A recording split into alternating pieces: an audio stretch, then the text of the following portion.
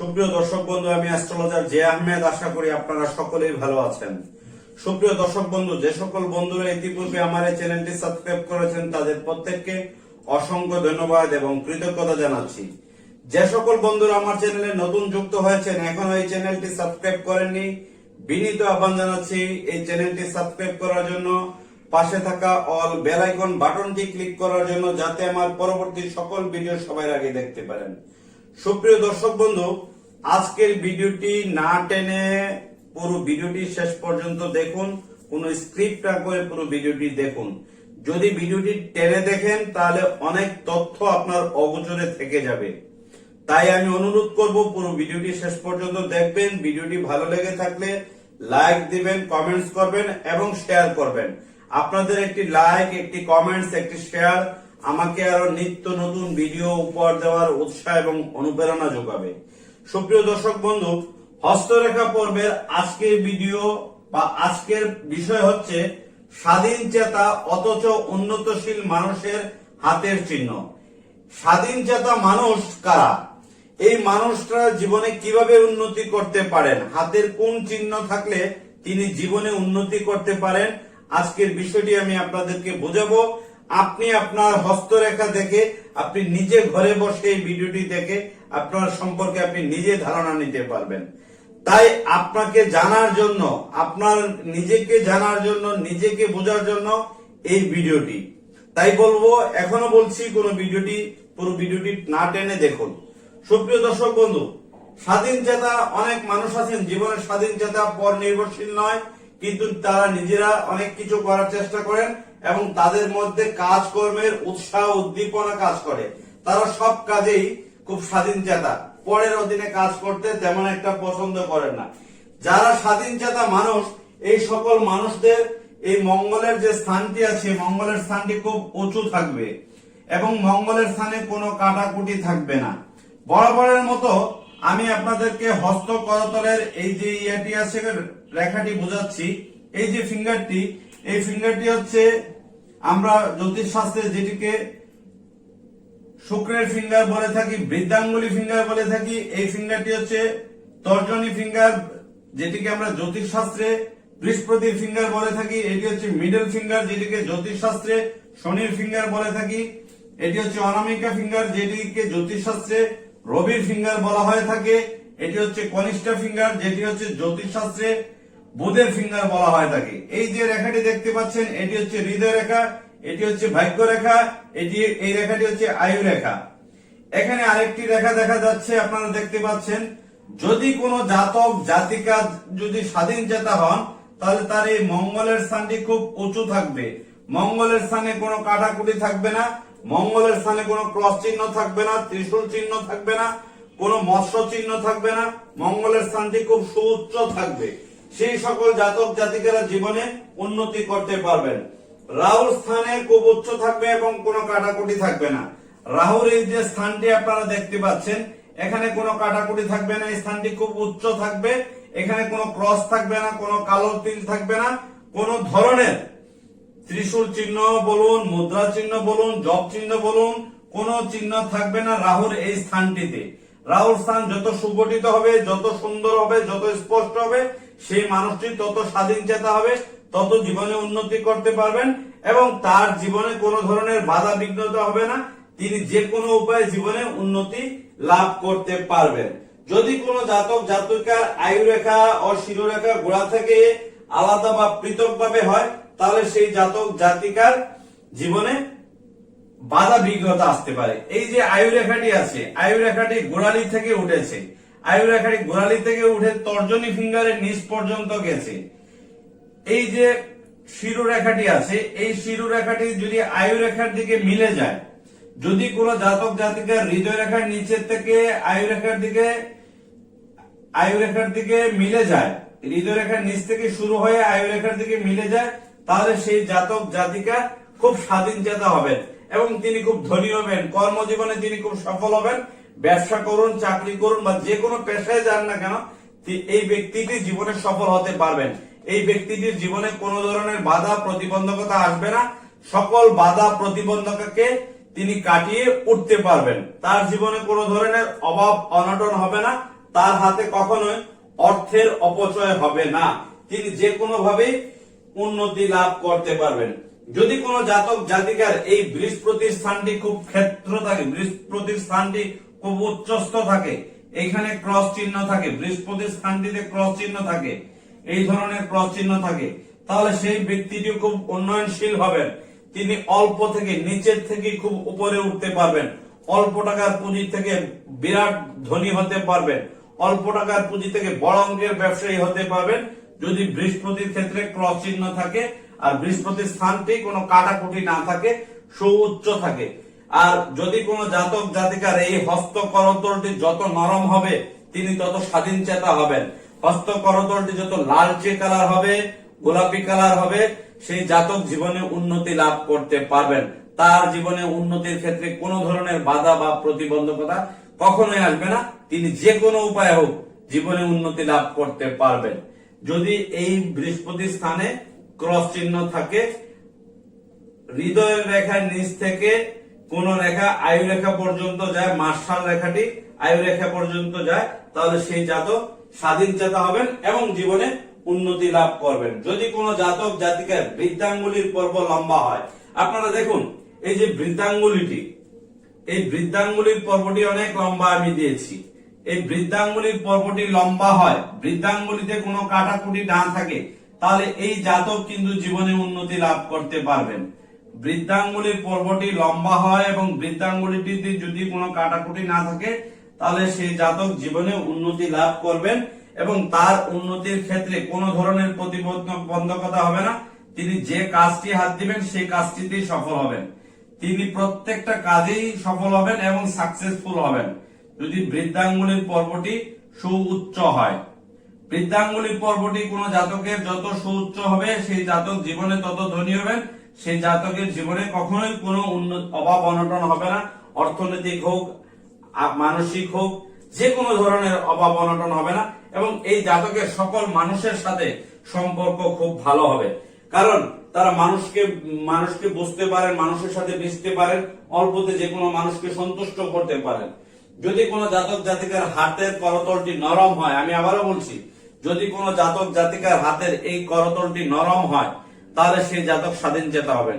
আর হাতের এই করতলটি যদি শক্ত হয়, খুবই শক্ত হয়, তাহলে সেই জাতক কখনো স্বাধীন চেতা হন না, তিনি খুব কঠিন পরিশ্রমী হন এবং তিনি খুব শক্ত মনের মানুষ হয়ে থাকেন, তিনি পরের অধীনে কাজ করেন। এই জাতকরা চাকরি করতে ভালোবাসেন, এরা ব্যবসা করতে ভালোবাসেন না, এরা চাকরির জন্য চেষ্টা করেন, এরা ব্যবসার জন্য কোনো চেষ্টাই করেন না, কারণ তারা মনে করেন যে চাকরি করলে তাদের জীবনে উন্নতি হবে, কিন্তু এরা ব্যবসার দিকে কখনোই মনোযোগী হন না।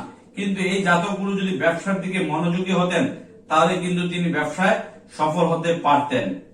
সুপ্রিয় দর্শক বন্ধু, এবার আমি আরেকটি তথ্য আপনাদেরকে দিব।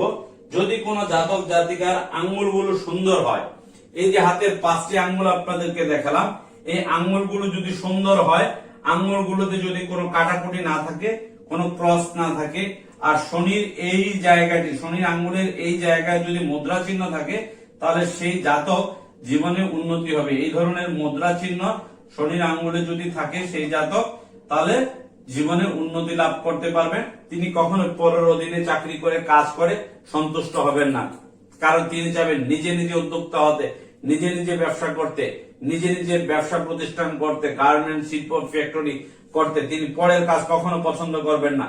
এরা খুব স্বাধীন চেতা হন, কবি সাহিত্যিক শিল্প সংস্কৃতি মনা টাইপের মানুষ হয়ে থাকেন। এছাড়া যদি কোনো জাতক জাতিকার ভাগ্য রেখা বা রবি রেখা ভালো হয়, তাহলে সেই জাতক জাতিকা কিন্তু এই ভাগ্য রেখাটি যদি ভালো হয় আর রবি রেখা যদি ভাগ্য রেখার থেকে আসে, যদি রবি রেখা ভাগ্য রেখার থেকে একটি রেখা রবির দিকে যায়, তাহলে সেই জাতক জীবনে উন্নতি করবেনই করবেন, কারণ তার উন্নতির পথে কেউ ঠেকাতে পারবে না, যতই বাধা আসুক। কারণ যেহেতু তার ভাগ্য রেখার থেকে একটি রেখা রবির দিকে চলে গিয়েছে, সেই জাতকের জীবনে উন্নতি হবেই, কারণ তার জীবনে যত ধরনের অর্থনৈতিক সমস্যা সৃষ্টি হোক, তিনি সেই সমস্যাকে দূর করে আগামীর পথে এগিয়ে যেতে পারবেন, কারণ তার ভাগ্য রেখা থেকে একটি রেখা রবির দিকে গিয়েছে। তাহলে তার কোন ধরনের প্রতিবন্ধকতা হওয়ার কথা নয় এবং প্রতিবন্ধকতা হবেও না। এই সমস্ত জাতকরা জীবনে উন্নতি লাভ করতে পারেন। ভাগ্য রেখা যদি কোনো জাতকদের খুব উন্নত হয়, সেই জাতক জীবনে তত বেশি সফল হতে পারেন। যে জাতকের আয়ু রেখাটির মাথা বৃহস্পতি পর্যন্ত যায়, এই যে আয়ু রেখাটির মাথাটি বৃহস্পতি পর্যন্ত দিলাম আমি, যদি সেই জাতকের আয়ু রেখার মাথাটি বৃহস্পতি পর্যন্ত যায়, তাহলে সেই জাতক কিন্তু জীবনে উন্নতি লাভ করবেন। হস্তরেখা দেখার পাশাপাশি একটি জাতকের আরো অনেক কিছু দেখার প্রয়োজন আছে। হস্তরেখায় একটি মানুষের 60 থেকে 70% মিলে, আর বাকিগুলো জন্মকুণ্ডলী, নবতারা চক্র, বিংশোত্তরী দশা, অন্তর্দশা, এই বিষয়গুলো দেখতে হয়, নবাংশ বিচারগুলো করতে হয়। একজন জ্যোতিষীর পক্ষে একটি জাতকের 60 থেকে 70% বলা সম্ভব হস্তরেখা বিচার করে, কিন্তু হস্তরেখা বিচারের পাশাপাশি আরো কিছু বিচার করার প্রয়োজন আছে, যেটি আমাদের দেশের অনেক জ্যোতিষীরা করেন না। এই বিচারগুলো যদি করেন, তাহলে তিনি একজন জাতককে ভালো গাইডলাইন দিতে পারবেন। আমি আমার পেটটি আপনাদেরকে দেখালাম। এখানে হচ্ছে জন্মকুণ্ডলী। একটি জাতকের প্রথমে তার জন্মকুণ্ডলীটি আগে তৈরি করতে হবে। জন্মকুণ্ডলীটি তৈরি করে কোন ঘরে শনি বসা, কোন ঘরে রবি বসা, শনি নিচস্থ কিনা, রবি নিচস্থ কিনা, বুধ, মঙ্গল, রবি, রাহু, কেতু, চন্দ্র, শুক্র, প্রত্যেকটি গ্রহ পুঙ্খানুভাবে বিচার বিশ্লেষণ করতে হবে। তার চন্দ্র রাশি কি, তার লগ্ন কি, এটি কিন্তু বিচার বিশ্লেষণ করতে হবে। এই জাতক বিংশোত্তরীর মধ্যে তার জন্মকালীন দশা, বিংশোত্তরীর মধ্যে কোন গ্রহের দশা ছিল, বর্তমান সময়ে কোন গ্রহের দশা চলছে, আগামীতে কোন গ্রহের দশা শুরু হবে, কত সাল পর্যন্ত থাকবে সেই গ্রহের দশা, সেটি তাকে আগে জানতে হবে। এরপরে অন্তর্দশা বিচার করতে হবে। অন্তর্দশা বিচার করলে তার জন্মকালীন অন্তর্দশা কি ছিল, বর্তমানে অন্তর্দশা কোন গ্রহে আছে, পরবর্তীতে অন্তর্দশা কতদিন পর্যন্ত থাকবে, এটি কিন্তু ভালোভাবে বিচার বিশ্লেষণ করতে হবে। এরপরে নবাংশ বিচার। নবাংশ বিচার করলে তার আত্মীয়র সাথে, তার স্ত্রীর সাথে, ছেলে মেয়ের সাথে, ভাই বোনদের সাথে বা বন্ধুর সাথে তার সম্পর্কটি কিরকম যাবে, সেটি এই নবাংশ বিচার করলে একজন জাতকের পক্ষে বলা সম্ভব।